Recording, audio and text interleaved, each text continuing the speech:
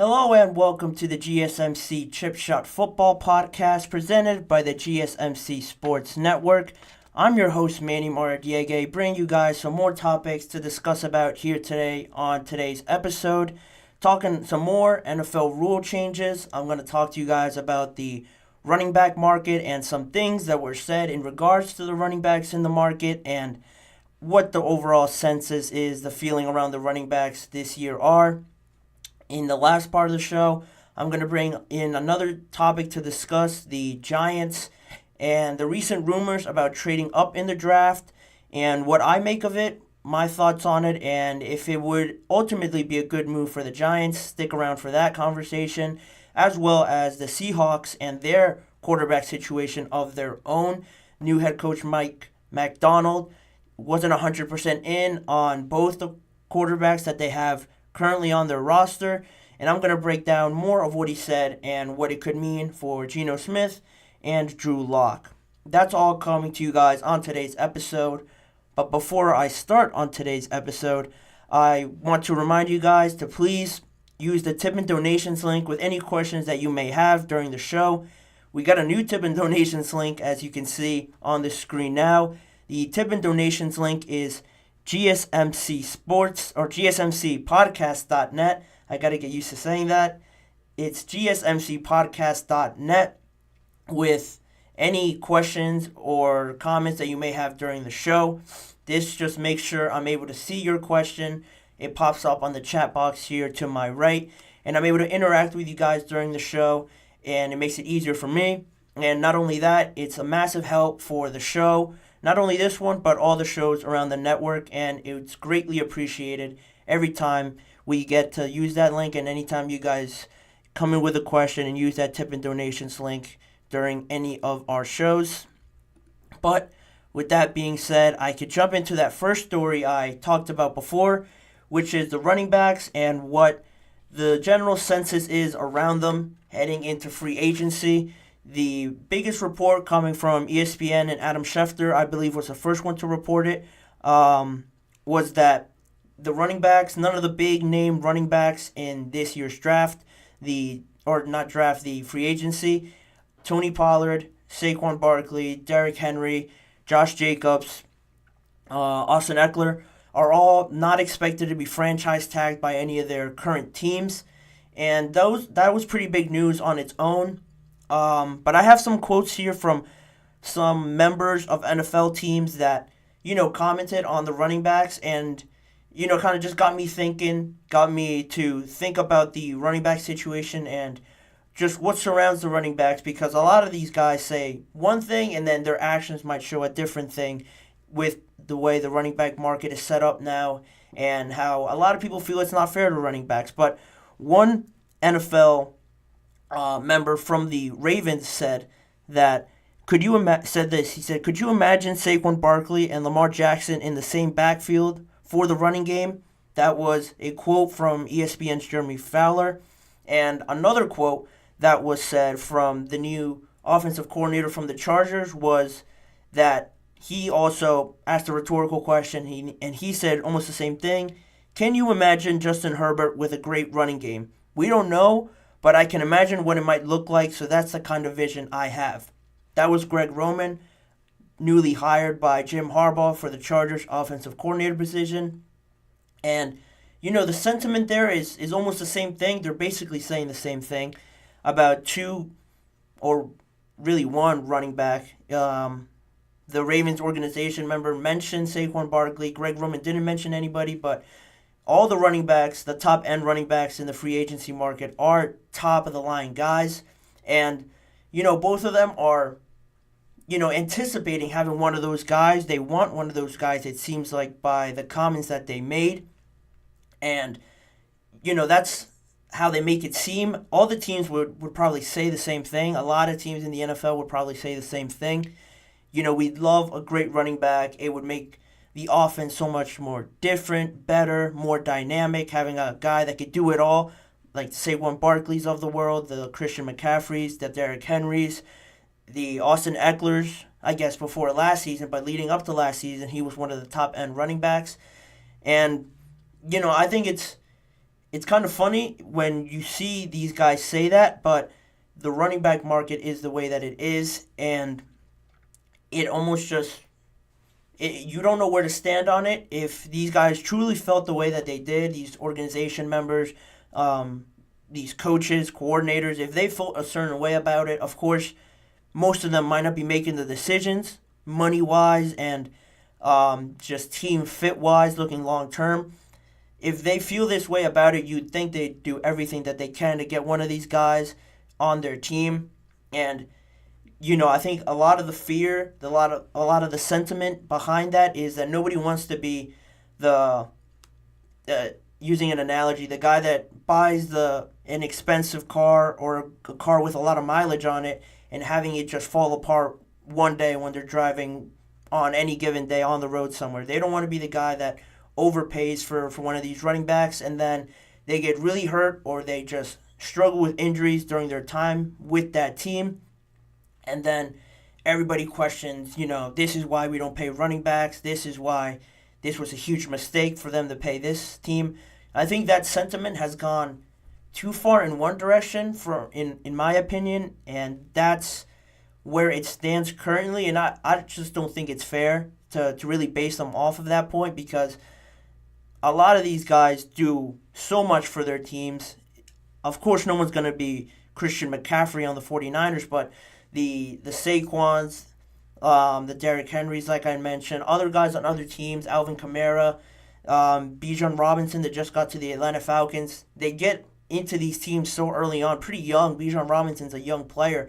And unfortunately, you get situations like the one with Saquon, and he's been with the Giants, I think, like 5 years now, heading into year 6 or year 5, and he still hasn't gotten that big contract like a Derrick Henry has. Derrick Henry already got a pretty decently valued contract for a running back, and now he's on to his second, potentially away from the Titans. And that's almost the best case scenario that you can get at this point. I'm sure Christian McCaffrey will also get another contract down the line with the 49ers, but it's crazy to think how one or two of these running backs that are very great all-world talents, but they're still searching for that one contract.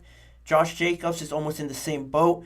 He hasn't been in the league as long as Saquon, but he's another one that had a good year. Now he's coming off of a pretty rough year, and these organizations, all they need is one bad year, 1 year where it didn't look right. They might look slow, or because of the offensive line could have been bad, they didn't produce the same amount of numbers that they have in the past. They now get really skeptical, and they won't pay for a top-end running back to get to where they need to be in their organization kind of fit. And again, that just seems unfair to me in some aspect. And I think a lot of these teams, another thing with a lot of these teams is that they believe that they could just not overpay for a running back and potentially draft one or just find one in free agency somewhere. An unsigned draft pick that, makes it all the way through the draft, gets signed somewhere, and then you get, those stories you always see, an unsigned rookie making this sort of impact. You always see it at least once in the NFL, each NFL season. One of these crazy stories like a Jalen Warren or a Kyron Williams that really a lot of people don't know about, and they have great success with their team. And I think a lot of people in organizations want to go that route, and it's a lot easier said than done, obviously, because the chances of you finding a running back like that are a lot lower than I think people would really truly believe. And a lot of the running backs now, the ones that led the league in stats and production and all that stuff, they're all pretty highly drafted. I go back to saying Christian McCaffrey, Najee Harris was another one that was drafted in the first round, Derrick Henry, and just all these guys that produce, and they were drafted really high, and they validate being drafted that high, and then they get through 5 or 6 years of it, and people just think they're done. They're done for some reason, and it's getting to a point now where the running backs have been more vocal about it, but it's getting harder and harder to see someone pay a lot of money for these teams. The Giants are one team, obviously with Saquon, that they're not going to franchise tag him again, obviously, like I said. but their general manager, Joe Shane, has uttered already in this week's NFL Combine that he would love to work out something with Saquon. They would love to keep him on the team. But there's always still that doubt, at least in my head, of, if you really truly mean that, how much do you value him? I'm sure Saquon thinks he's a $12 to $13 million guy, but are the Giants willing to pay that? Are they willing to lose Saquon and then really not have another running back on an already middle of the pack, bottom end of the pack kind of offense? There's questions around Daniel Jones that I'll talk about later in this episode. All those things come into my mind. Like, it seems so obvious that you have to keep Saquon on your team, but everyone is thinking that, he might just fall off. He might get an injury and then it's done for. It's a weird place where the NFL is with running backs and just thinking this way. All these running backs, without a doubt, are going to get signed somewhere, but it'll be interesting to see what the dynamic will be going forward with how much the first guy gets paid and then how much the next guy gets paid and so on and so forth, how these organizations really measure how they value these guys with each other. If one pays maybe too much for one guy, the other team might offer less or they might offer more just to make sure they get their own guy. It's an interesting dynamic in the NFL now that we see with the running backs, and wherever these running backs end up, I'm sure that they're still going to produce in the way that they have been just recently in their careers. Saquon is still 27 to 28 years old. He's still got at least 3 more good years in him, in my estimation. I know he's got in some ankles and knee injuries, but if he goes to the right situation, I have no doubt that he'll be great. It just depends on how much each of these teams are willing to pay and, risk, I guess, to an aspect on Saquon and the Derrick Henrys, the Josh Jacobs going forward. That's where the NFL is now with running backs. It's a weird spot. It's a delicate situation if you're negotiating for these contracts, but that's the NFL, at least right now, with the business side of it. Speaking on the NFL, that would bring me into the next topic I'm going to go into later in the show. The NFL potentially having another rule change coming this season. The league meetings are obviously in March, and there's another petition to get rid of a hip drop tackle in the NFL. And there's been a lot of noise made around that. A lot of people are voicing their concerns with it. People think it should have already been gone in the NFL. But all that and the topics around it, the conversations around it will all be coming up later on the GSMC Chip Shot Football Podcast. But now I'll send it to a quick break and bring you guys more football talk in just a few seconds. I feel like I'm losing my mind. Is everybody in the world blind? Please, Lord, give me a sign, a sign. I feel like I'm losing my mind. Is everybody in the world blind? Please, Lord, give me a sign, a sign. I wanna be the greatest. Everybody on the fake shit. I look around and feel like everybody is the fakest. I make this every day and I'm impatient. Hoping one day I blow up from the basement. Statement, the top is so vacant. I don't hear shit that I think is amazing. Waiting for my day when I'm playing. Sold out shows where 1,000 faces. Hey, give me that crown. Get in my way and to be put down. It ain't your place, all this my town. If I want that shit, then I'll get it right now. I'm losing it, the noose it fits. I'm losing shit, a stupid myth. You choose to live or choose to dip. You choose to fight or lose your grip and lose a gift. I feel like I'm losing my mind. Is everybody in the world blind? Please, Lord, give me a sign, a sign. I feel like I'm losing my mind. Is everybody in the world blind? Thank you for listening to the GSMC Chip Shot Football Podcast presented by the GSMC Sports Network. If you weren't able to catch that first segment, I talked about the running back situation, how the majority of running backs won't be franchise tagged by their current teams, and what that could mean for them, and just my thoughts on how the running backs are valued so far in the NFL and during this free agency. I now am able to move on to the next segment I wanted to bring up in this show.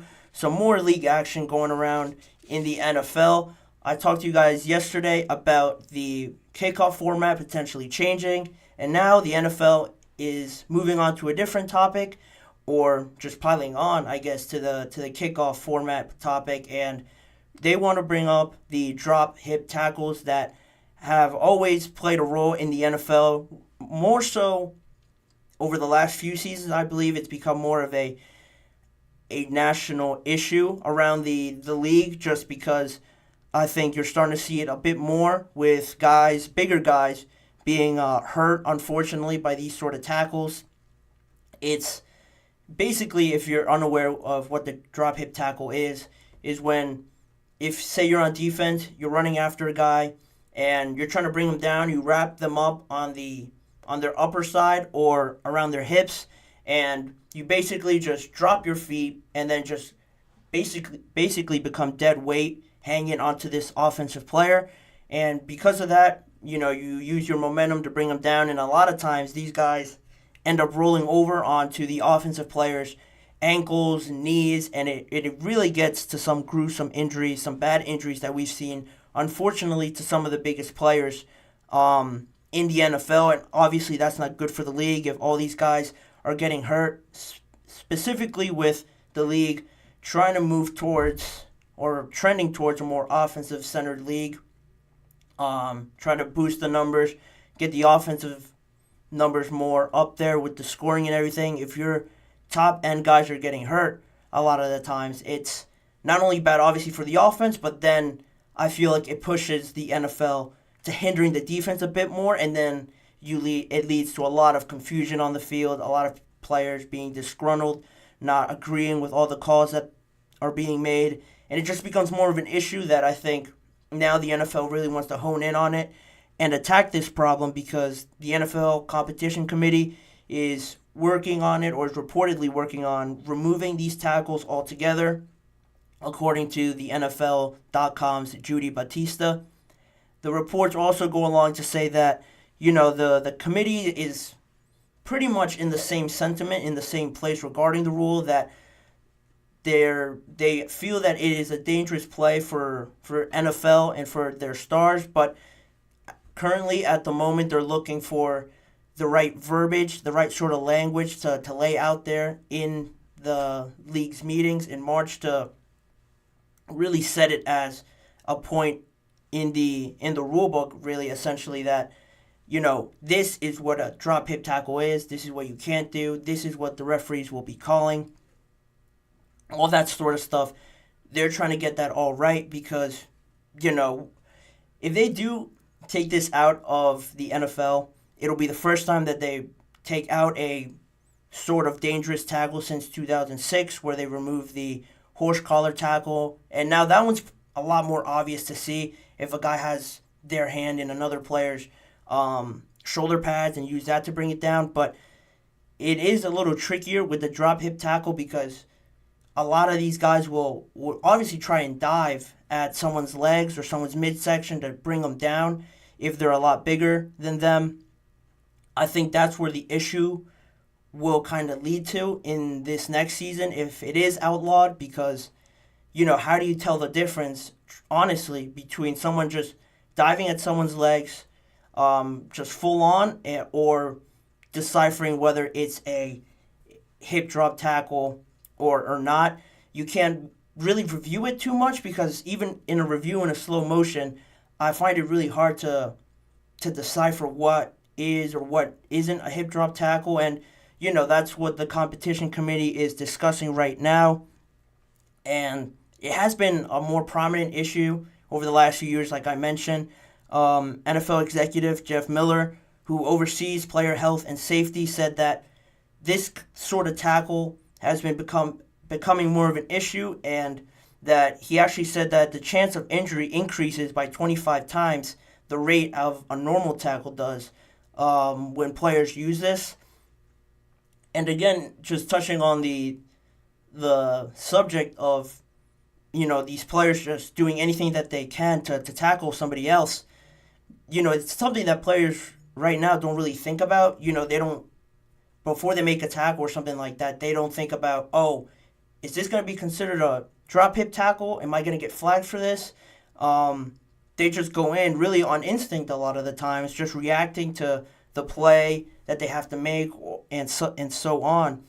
That, you can't really play defense like that, thinking about, oh, am I going to get flagged for this? Am I hitting this guy too hard? Is this considered a drop hip tackle there, like I said? All that it's going to be really hard for the defenders, really, most of all, to decipher whether this is going to be considered a drop hip tackle or not. There are going to be some hiccups along the road if this is banned from the NFL, but I mentioned before, you see a lot of these players getting injured.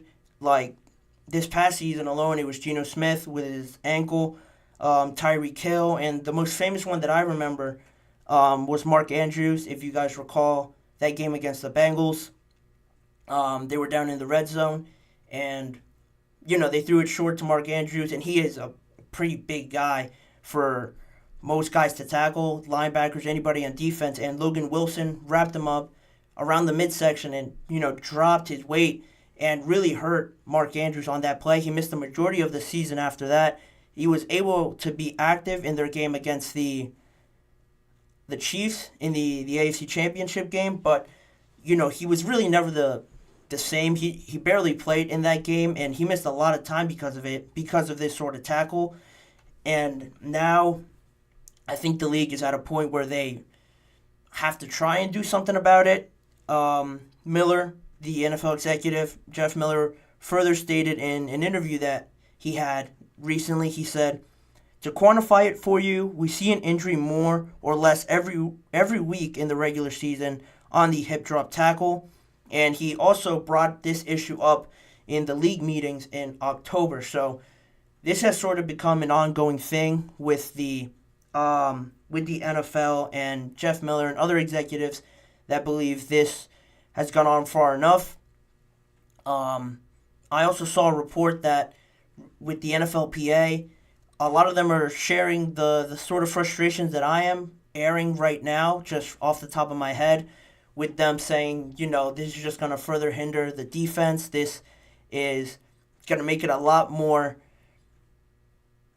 difficult, I guess, for a lack of a better terms, for any defender trying to make a tackle now, because now how are you supposed to bring down a guy? There's a specific way to tackle now, whereas these guys, I don't have to tell you guys, grew up, just get to the ball and tackle him and stop him. No one's thinking about how to do it. And more, I think the NFL is trying to outlaw these things to protect their stars, which I can agree with, but at the same time, it is a tricky sort of thing because, at what point has it gone too far where a tackle isn't just a tackle anymore? And I do agree that the drop hip tackle isn't a normal tackle, but I'm not out there playing every Sunday and thinking about a million other things as a defensive player before I start thinking about, oh, is this a drop hip tackle? Am I going to hurt this guy? It's going to be definitely a topic that goes on if it is passed, and it usually does lead to ankle injuries, like I said, and it is interesting when you're thinking of a quarterback or something like that, or running back, because already the quarterbacks, are mostly protected overall. You can't drop your weight on them. You can't hit them to the face. And now you can't drop hip tackle them, or what is considered to be a drop hip tackle. That's yet to be determined. It's like, at what point can't you not touch the quarterback at all? Just wrap them up and then that's it. I don't think it'll ever get to that. Hopefully not. But that's another thing that's just added on, really adding more pressure onto the defense because of these rules that they're implementing. And it is tough really right now. And the NFL competition committee is in a place where, there's some good members on that I think can voice some sort of reason towards the defense, because there's guys on there like Sean McDermott, Mike Tomlin, Sean McVay now. I think these guys have a good gauge on what the NFL should be, what kind of product that they want to put out there. And it just really comes down to this language, the sort of things they consider to be a drop hip tackle. And, if it does pass, I'm sure they're going to have a bunch of meetings and stuff like that to make sure everybody knows what this is. But it's really not going to stop any attempt, you could say, in games, because, like I mentioned, these players aren't really thinking about that in all the complexes of the game. And you're definitely still going to see it, obviously, whether it's flagged or not. I think it's just going to add a lot more controversy and a lot more things to talk about. If, a drop hip tackle is missed in a game, is that going to be able to be reviewed? If a flag is thrown or not? Like, imagine if Patrick Mahomes or, Joe Burrow gets sacked, it's a drop hip tackle, clearly on the review, but the flag isn't thrown, so it can't be reviewed, and then, where do you go from there? You lose your starting quarterback. You can't review the call or challenge it because no penalty flag was thrown. And then it just becomes this whole thing of diving deeper into the rules. Should every play be able to be reviewed, or what's the point of having this rule if these refs are going to miss it? There's going to be missed calls like that, but a lot of them are going to weigh more than others because it comes down to who's getting tackled, essentially. It's going to be made a bigger deal if these bigger stars are tackled and they might get hurt from it, compared to a third-string wide receiver or something like that who might not get the call, and they still might get injured, but the ref might not call it the same way that they do. All these little nuances that could come into effect are something that the committee has to definitely take into account, but at the same time, it's still in the early facets of trying to determine what is and what isn't a hip drop tackle, and to say it's going to be fully gone from the game, I think would be foolish. And with the NFL finally pointing a lot more light onto it, it'll be fascinating to see what comes of it, what other players think of it. It seems like an obvious choice right now, but if they pitch it to the rest of the NFL and these other teams, you could be surprised at how many would say that they don't want this rule included, that, it wouldn't benefit the players at all. It'll put too much pressure on the defense, and this rule might not get passed at all by all these teams. They need 24 out of the 32 teams to pass a rule change like this, and that's a lot of people that need to agree, a lot of high-end people that need to agree on a rule change before it's passed. And, a lot of players will voice their frustrations or their agreement with it if it does move on, but it's still in its early facets. I want to emphasize that. Nothing's being done about it. Nothing is being guaranteed that this is going to change. It's just been an idea that is becoming more popular, but, there's a lot of things that the NFL has to deal with, has to put into movement before anything is changed. And this is just going to develop, gain more traction over the time of the offseason. And, it's going to be pretty cool to see if the NFL does move on for this. Like I mentioned, it'll be the most recent tackle that has been banned since the horse collar tackle. And I think that one was a lot more easier than the drop hip tackle. But we'll see where this ends up, Still early facets, but we're going to see where this ends up on that. That allows me to move on to my next segment, the Seahawks quarterback question. A lot of people aren't really talking about it. Who's going to be their quarterback? A lot of people think there's a pretty obvious answer, but the guy that runs the whole operation and who really decides who the quarterback is might think differently, or might not see it as easy as a choice as a lot of people do. That and more on the topic heading into the second half of the episode. Don't go away, because that topic's coming up, as well as the Giants and their own quarterback controversy surrounding the draft and what their future could look like if they were to make a move. So I'll be right back after this break. Don't go anywhere. There's a lot more football talk and a lot more discussion to be had on this episode of the GSMC Chip Shot Football Podcast.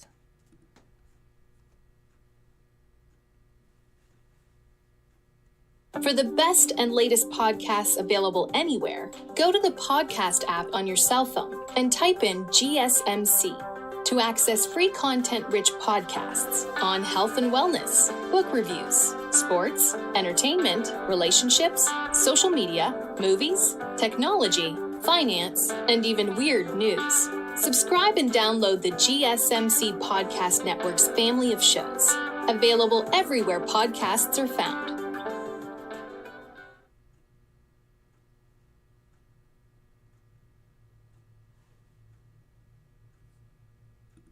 Back here on the GSMC Chip Shop Football Podcast, I'm still your host, Manny Maradiaga.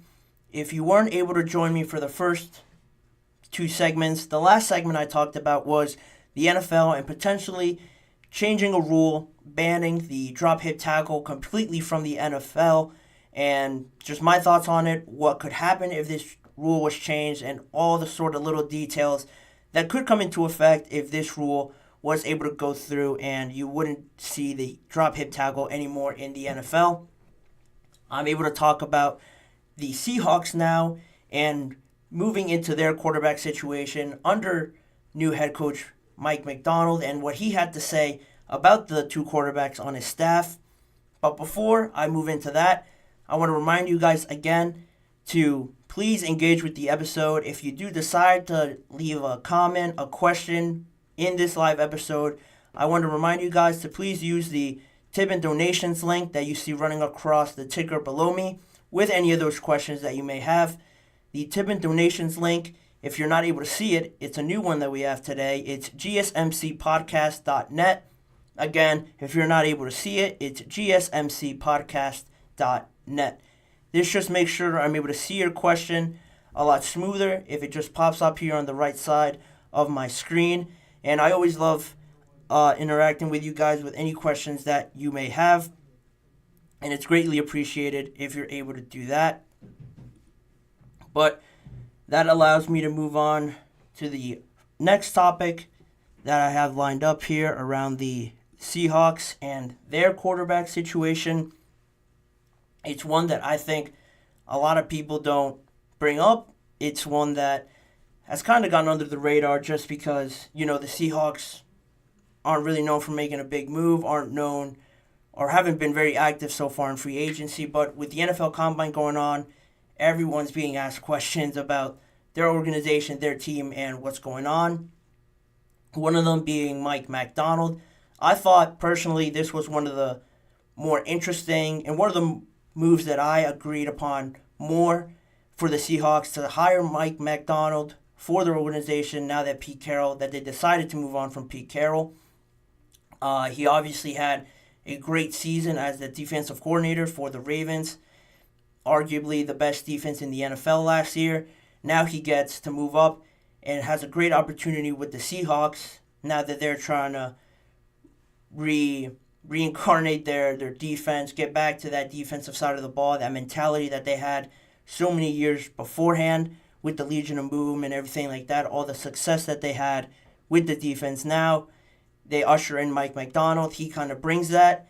He has some decisions to make, though, with the Seahawks and their offensive side of the ball, not so much their defense. It's been talked about a lot, the kind of money that Geno Smith is making, the sort of contract that he's on. Drew Lock as well being included in those conversations just because last year Geno Smith was hurt a lot of the time, and we saw Drew Lock, I want to say for 4 or 5 games there towards the end, that he had some good performances, one against the Philadelphia Eagles, and then other ones where it didn't look so great. He might have had a few turnovers or a good amount of turnovers, and now the Seahawks fans are in a bit of a rough spot because, trying to usher in a new era, trying to get everything under wraps. The biggest part of that is the quarterback position, obviously, and they already had other questions going into this. They're in a tough division, in a pretty wide-open conference that they want to compete in because there's only really 1 or 2 favorites now in the conference overall. I think anybody has a good shot of it if they're able to align all their ducks and get everything under control. And with the quarterback specifically, they asked Mike Macdonald at the Combine there, like I mentioned, about the two quarterbacks, and they specifically asked Mike Macdonald if Gino and Drew were both involved in the future of the organization going forward. And his exact words were, "That's a tough question, and it's one that I probably can't answer right now." And he went on to say he's still getting to know them, quite honestly, on a personal level, and that potentially one, both, or maybe neither of them would be involved in the future going forward. And that's really interesting to say. As a head coach coming into this organization, it's a pretty bold thing to say, in my opinion. Just, a lot of the times the coach just come in. A lot of the times some might not want to move the ship, might not want to ride the ship too much in their first season, and really not try to mess anything up. Just try to get through. And if good things happen, that's great. If not, they don't lose their job in the first season. For Mike Macdonald to say this, again, it was pretty bold to say, but at the same time, I kind of liked it in a sense that he's coming in with a mentality that, he's being very honest and a very up forward sort of coach, at least from the comments that he just said. And with Gino and Drew Lock, I think they've kind of just gone by with both of them. Geno Smith, on one hand, was this, I think at one point was this great story. He got over his time with the Jets where it was really bad, and now he found a home with the Seattle Seahawks. And after one good season in 2022, most recently one good season, he signed that big contract, that 3 year, $75 million contract. After that 2022 season, he got that contract, and then after that, he kind of tailed off a little bit. The numbers weren't really there for him. The Seahawks, I want to say, finished 9-8 in the last two seasons with him under the helm. He is going to be 31 years old, if I remember correctly. And now, they're at a point where the age is starting to become a factor. The recent performances don't really back him at this point with the organization and what they want to do with him. And they actually had to restructure his deal leading up to this episode. And early in the free agency period, they actually converted that $9.6 million roster bonus into a signing bonus, basically cutting it in half or creating $4.8 million in cap space. This also, in turn, raises his cap hit to nearly $39 million for 2025 if they were still to keep him under contract, which I think is a serious consideration right now, considering where they are and considering that Mike Macdonald isn't really all in on either of them. There's a lot of things he might have to change with this roster, going up and down this roster. They don't have a lot of cap space. They're in a cap deficit currently. And like I mentioned, Gino will take a huge cap hit next offseason, but they also have other guys like Tyler Lockett, who is on another big contract and who is currently taking a lot of that cap space with his contract. That's another situation that I won't really dive into, but that's another thing that the Seahawks have to consider because of, how much production he's going to give you. He's older now. He's a household name in Seattle. He's given them a lot of good things, but now with a new head coach, that they don't have that sentimental connection really to them as Pete Carroll would potentially. So it could be easier, but a lot of tough decisions could be down the road for them. And in terms of Drew Lock and where he stands in all of this, he's actually a free agent in March officially, and he kind of makes sense that you wouldn't want to commit to him too much. He was a backup for the majority of his time.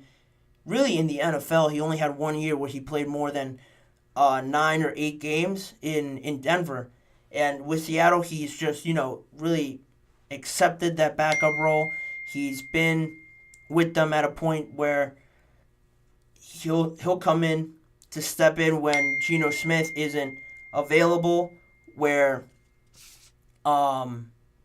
when he's needed to really, and he's been sort of a game manager, not really wasting too many opportunities to come in, do his job and not really waste anything at that point. At the same time, it's difficult with him.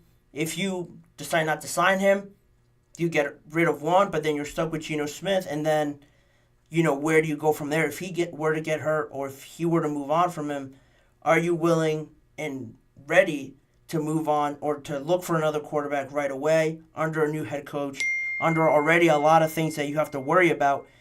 Where do you stand with that, and where do you stand on that process of trying to move on with the quarterback? Because, a lot of teams, that resets everything. You look at other franchises that are still looking for their franchise guy, not to mention already like the Bears, the Commanders, the Vikings to some extent, the Raiders, all these teams. It's a lot easier said than done to find a quarterback with that, or at least that could take you far in the playoffs and in the regular season. It's going to be tough for either of these guys to do it, and for the Seahawks to move on with one of these guys because of, like I mentioned, the age, the contract, and everything. The Seahawks have a lot to figure out, and really what to do with his defense as well, because Jordan Brooks and Bobby Wagner are also free agents. I'm sure they'd love to shore up that offensive line. There's good free agents out there, but they have to figure out where the money should go, where they should allocate all those things. With the NFL Combine going on, there's a good opportunity for them to meet with these other teams and with these other representatives of the quarterbacks especially. And nothing has been really said after this with regards to the quarterbacks, Geno Smith or Drew Lock. A lot of times with the NFL Combine being there, you have Saquon's representatives, Tua's representatives going to the Combine and meeting with the members of the organization.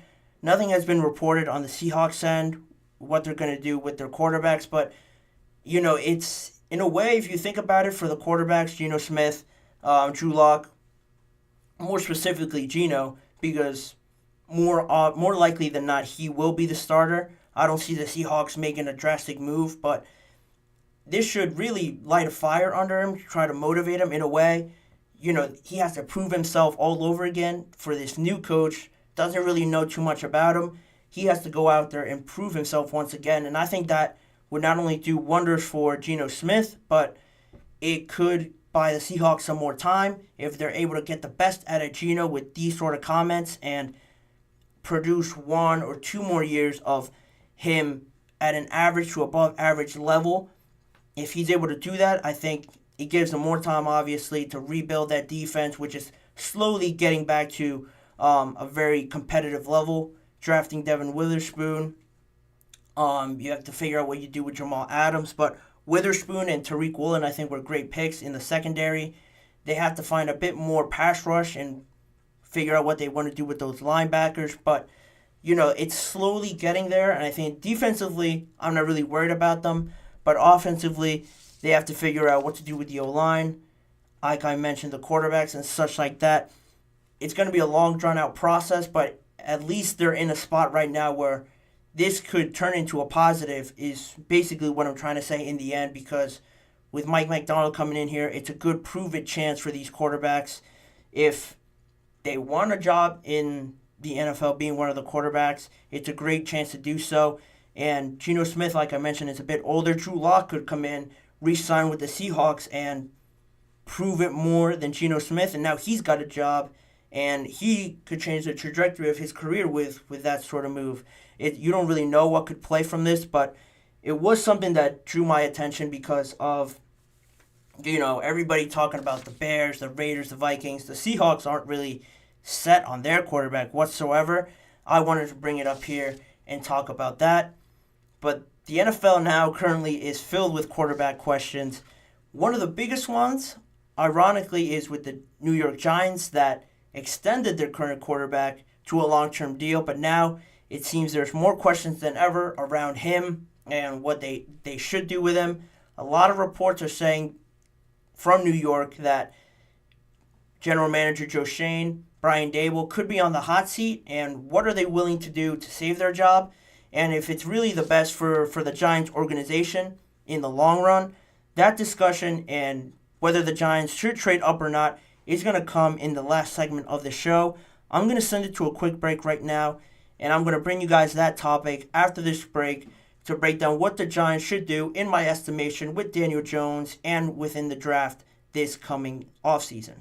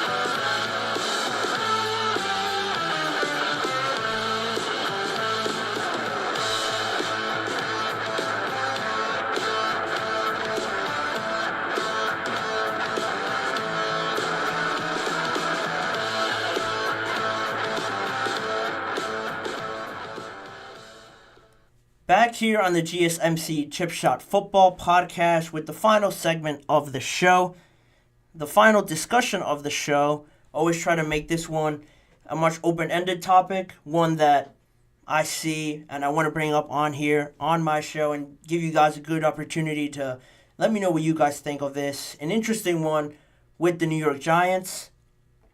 One team that I think a lot of people wouldn't have guessed would be in the quarterback market with Daniel Jones and having given him that huge contract last season, a 4-year, $160 million contract. Now to question him the season after that, it's a bit of a shock, I'm sure, to many, but to some people it might seem like it's been coming. You know, arguments could be made for both sides because of, on one side you have Daniel Jones and his injury questions. He's coming off a torn ACL that happened to him in November. Before that, he's had 2 serious neck injuries in each of the last 2 seasons before last season with the ACL. And, you know, those facts are set in stone already. And then for the Giants to go out and extend him with such a lucrative deal, in my opinion, based on the results he's produced, put questions into my mind. But a lot of the discussion last year was, did he deserve that money or did Saquon deserve that money at the time? Obviously, Saquon got franchise tag last year, was on that 1-year deal, and now they're not going to franchise tag him. And essentially, they sort of made their choice by going with Daniel Jones over Saquon Barkley.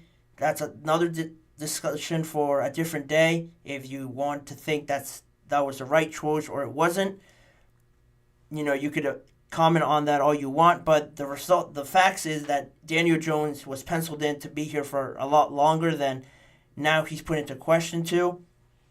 And, you know, recent rumors with ESPN's Jordan Renan have come out recently, just yesterday or the day before, that, you know, general manager Joe Shane and Brian Dable are in a particular situation now that they're entering their 3rd year in New York, and this is sort of a make or break year for both of them, at least in my opinion, and I'm sure in a lot of people's opinions, because Brian Dable came in, first year couldn't have gone better. Honestly, he won the Coach of the Year. He took the Giants to the playoffs. They won a playoff game on the road against the Minnesota Vikings. Daniel Jones was looking great. Offensively, everyone was asking, where did this come from? All they needed was a coach all this time. Daniel Jones is going to pan out to be this really great quarterback, it seemed at the time, because of the results that they had in their first year. Then last year, it was obviously a lot more difficult and a lot more different.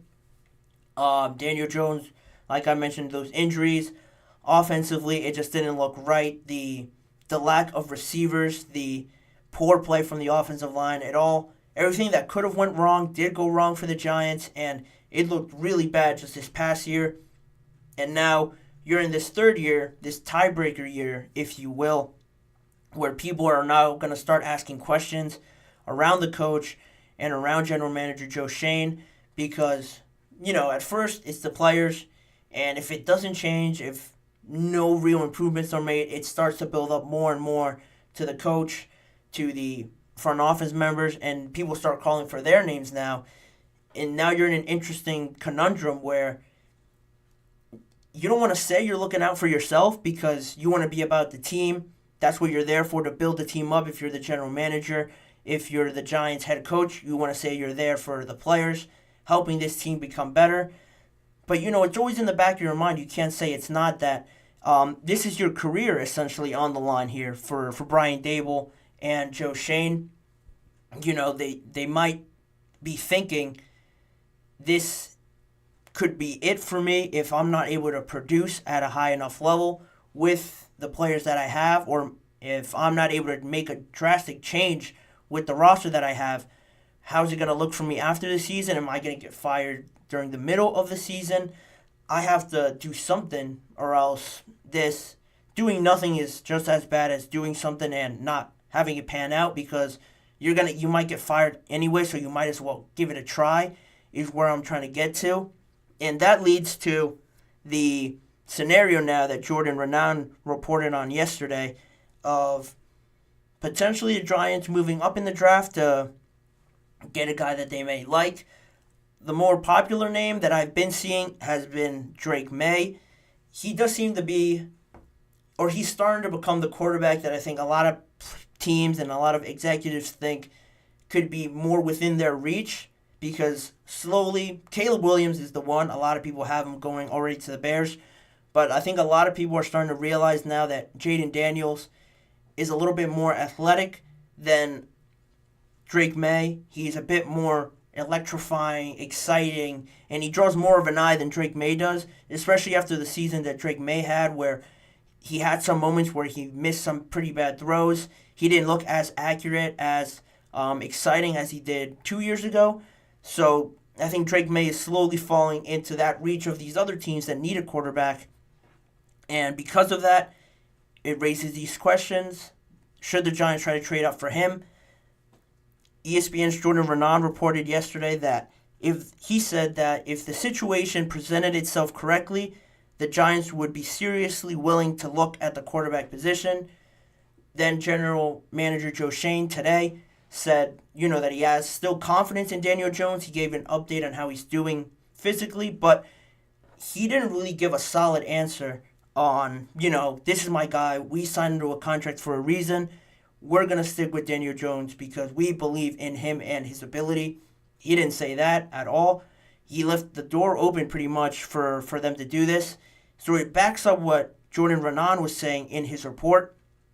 And, it's still early in the process, but people within the organization was reported that they believe they have to get a quarterback prior to the decision, or they have to know what that quarterback is about, because another topic that is brought up if you're going to bring in a new quarterback and evaluate these guys is how they are on a personal level, mentally. Are they able to handle that New York market? Because regardless of who comes in, if they're not able to handle it, it doesn't matter how talented or how great they look on the field. For example, if you look at Zach Wilson, he went number 2 overall to the Jets. The talent was crazy leading up to the draft. His pro day really sticks out to me because he made a lot of crazy throws. People thought this kid was going to be, something else, was going to bring New York back to what it was almost like a decade ago now. And you see where he is now, a backup on the Jets. They went out and got Aaron Rodgers, because Aaron Rodgers and Zach Wilson, you could say they have similar sort of talents. I'm sure Aaron Rodgers would say, and he has said, that talent-wise Zach Wilson has it, but you never really see Aaron Rodgers complimenting the kid's mental side of it, personality, because I think that is a huge thing in New York, the market there, the media attention, the criticism you get in New York in a larger market than these other franchises. It's a serious thing, and it certainly gets to some of these guys. And if the Giants were to go down this route, they have to seriously consider this. side of it because you don't want a situation basically like a Zach Wilson situation. You're drafting these guys high, like a Sam Darnold situation as well. You draft these guys high, and then they have great talent, no doubt, but they're not able to deal with the outside stuff, and it affects their play on the field going forward. So that's another thing to consider. Options-wise, if you want to see maybe one of these top 3 quarterbacks drop in an instance, and then you don't really have to do anything because that's the other side of it, right? If you want to go all in and you want to get one of these top 3 guys, maybe Drake May moving up to the 3rd spot with the Patriots, you really have to give up a lot of assets if you want to move into the top 3 because the Patriots, the Commanders, the Bears all need quarterbacks, and I'm sure they all think that passing up on one of these guys could look really bad on them. So if any of these teams outside the top 3 want to get in to that range of drafting one of these guys, they're going to have to give up a lot. Are the Giants willing to do that? Are they ready to do that? My sentiment is they wouldn't be because, they need O-line help. The pass rush isn't really there. Kayvon Thibodeau is really the only threat. They have virtually no A1 top-tier receivers on their roster. So if you do go get a quarterback, how much better is it really going to be with them throwing it to somebody that might not be open, having less than half a second or a second to throw the ball with the O-line still being poor? Are you willing to risk it all in there and risk it all on one of these guys if you're Brian Daboll, Joe Shane, just to save your job, not really considering what's best for the team going forward? What could be best for the team going forward could be to stockpile these drafts, maybe moving back and not drafting a quarterback. It could be unpopular. It could lead to another season of struggle. But in the long run, it could be better for this team. It might not be with Brian Daboll and Joe Shane, but at least they're able to build that process and get it going rather than, trying to save their careers in a sense and drafting one of these guys overall. And if it doesn't work, you really set the organization further back a lot because if the quarterback doesn't work, then you gave up too much and you don't have a lot of things to rebuild and replenish that mistake you just made. Again, I'm in the same situation that I've harped already on the show. To move up in this draft for a quarterback, you have to be one step away from being a contender for the conference championship, in my opinion. You have to have at least made the playoffs one or twice over the last few seasons to consider doing that. And obviously the Giants haven't done that. The Commanders haven't done that. The Patriots haven't done that, which is why I keep harping on the idea of stockpiling these drafts, improving the team going forward, and not going crazy over one of these quarterbacks. Even though they are exciting, they could be game changers. A lot of their success depends on who's around them, what the organization does do in the years following up to help them. And I just don't think the Giants are in a situation right now where trading up in the long run, they could have the success that a lot of teams do have with these young quarterbacks. You look at Patrick Mahomes, nobody thought he was going to be great. The Bills for Josh Allen. It doesn't really work out when you trade up, gamble it on one guy, and force it in a way to expect them to be good, even though they're not ready.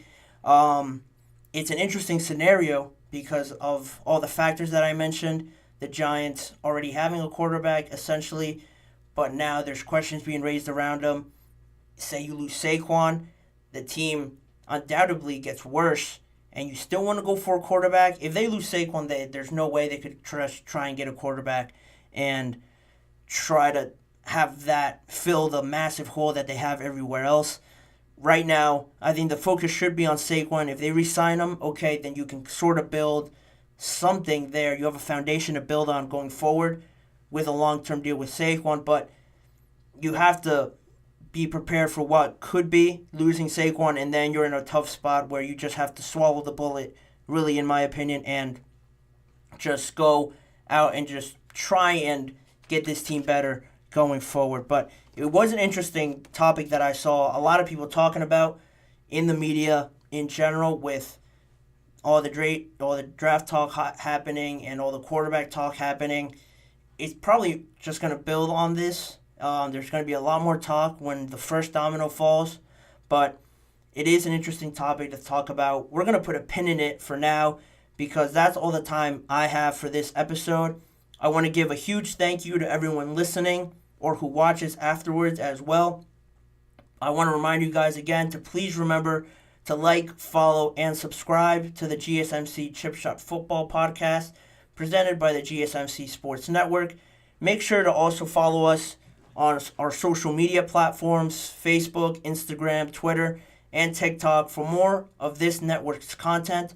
There's a lot of good stuff on there that you guys should go check out.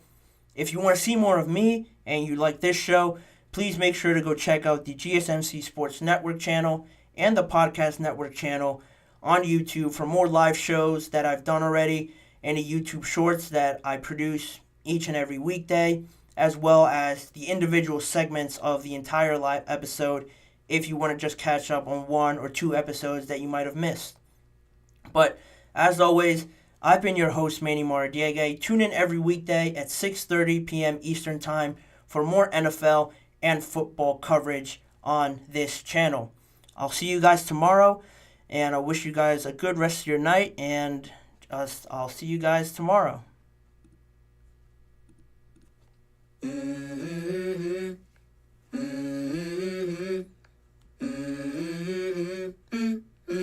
Let's go.